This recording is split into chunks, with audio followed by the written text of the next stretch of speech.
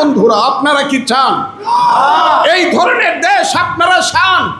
যে দেশে বঙ্গবন্ধুর মতো একজন মহান নেতা, হায় রে হায় বাংলাদেশ, হায় রে হায় বাঙালি জাতি।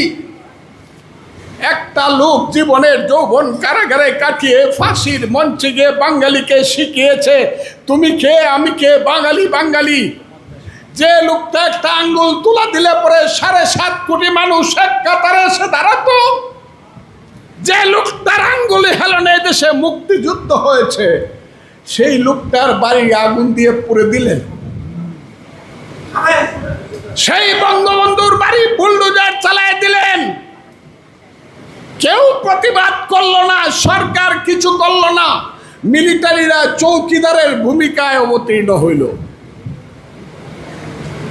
7 জন বীর শ্রেষ্ঠ, সবাই সামরিক বাহিনীর লোক, তাদের স্ট্যাচুগুলা উপর তাকায় নামায়া পা দিয়া পাড়াইয়া পাড়াইয়া বাংলো, থুতু দিল, কেউ কিছু বললেন না।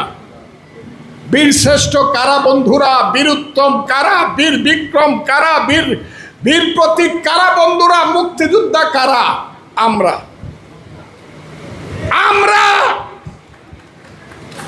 এইখানে যারা বসে আছেন তারা, এইখানে যারা বসে আছেন তারা কি এই দেশে এইভাবে অপমানিত হয়ে মৃত্যুবরণ করতে চান? হায়রে মন্টু ভাই, আপনি কত স্বার্থপর।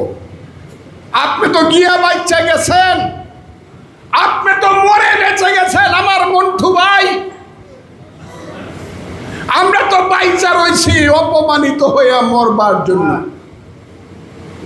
আপনি মরে বাচ্চা গেছেন মন্টু ভাই, আমরা বাইচা রয়েছি গলায় জুতার মালা নেওয়ার জন্য, গালে জুতার বাড়ি খাওয়ার জন্য। মুক্তিযোদ্ধা শুনলেই মারতে আসে। আজকে শুনলাম একটা পরীক্ষা হয়েছে, আগের থেকে ইনকোয়ারি করাইছে, মুক্তিযোদ্ধার ছেলে যারা আছে, মেয়ে যারা আছে, তাদেরকে পাশ করতে দেওয়া যাবে না।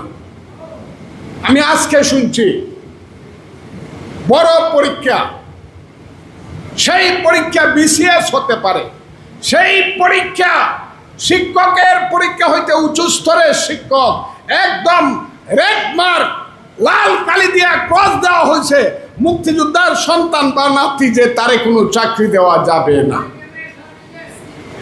এই যে দেশ, এই দেশে কি আপনারা বাঁচতে চান মাথা নিচু করে নাকি প্রতিবাদ করে মরতে চান? আপনারা বলুন। আপনাদের তো বয়স হয়েছে, আমারও বয়স হয়েছে। যতই আমারে দেখেন, আমি কিন্তু আপনাদের সবার চেয়ে ছোট না। আমারও 77 বছর বয়স, আমিও 48 সনে জন্মগ্রহণ করা মানুষ। মুক্তিযুদ্ধের সময় আমার বয়স ছিল 23 বছর।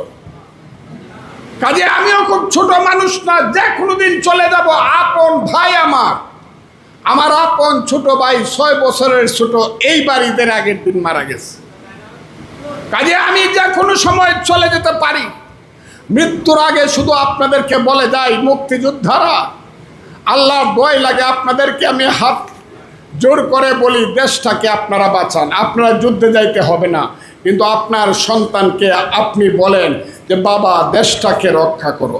1, 2 হইল ঘরে বসে বসে এখন এমন টেকনোলজি আছে, প্রত্যেক মুক্তিযোদ্ধা তার জীবন ইতিহাস বলেন। আপনার দেশের মানুষকে বলেন, রাজাকার আল বদরের হাতে দেশ ছেড়ে দিব না, রাজাকার আল বদরকে দেশের প্রধানমন্ত্রী হতে দিব না, নেতৃত্ব করতে দিব না। হাসিনার বঙ্গবন্ধু এক জিনিস না। আওয়ামী লীগ খারাপ করছে, এই জন্য মুক্তিযুদ্ধ খারাপ। হাসিনা খারাপ করছে, সেই কারণে বঙ্গবন্ধু খারাপ। এই কথা বলে যারা মুক্তিযুদ্ধকে, বঙ্গবন্ধুকে 72-এর সংবিধান, হায় হায়, আলী রিয়াজ নামে একটা মানুষ আইছে, হে আমেরিকায় মাস্টারি করে, হে আমাদের চেয়ে 10 বছরের ছোট, হে আইসা প্রথম কইছে সংবিধানটাকে ফেলাইয়া দেব, 72-এর সংবিধানকে ফেলে দেব।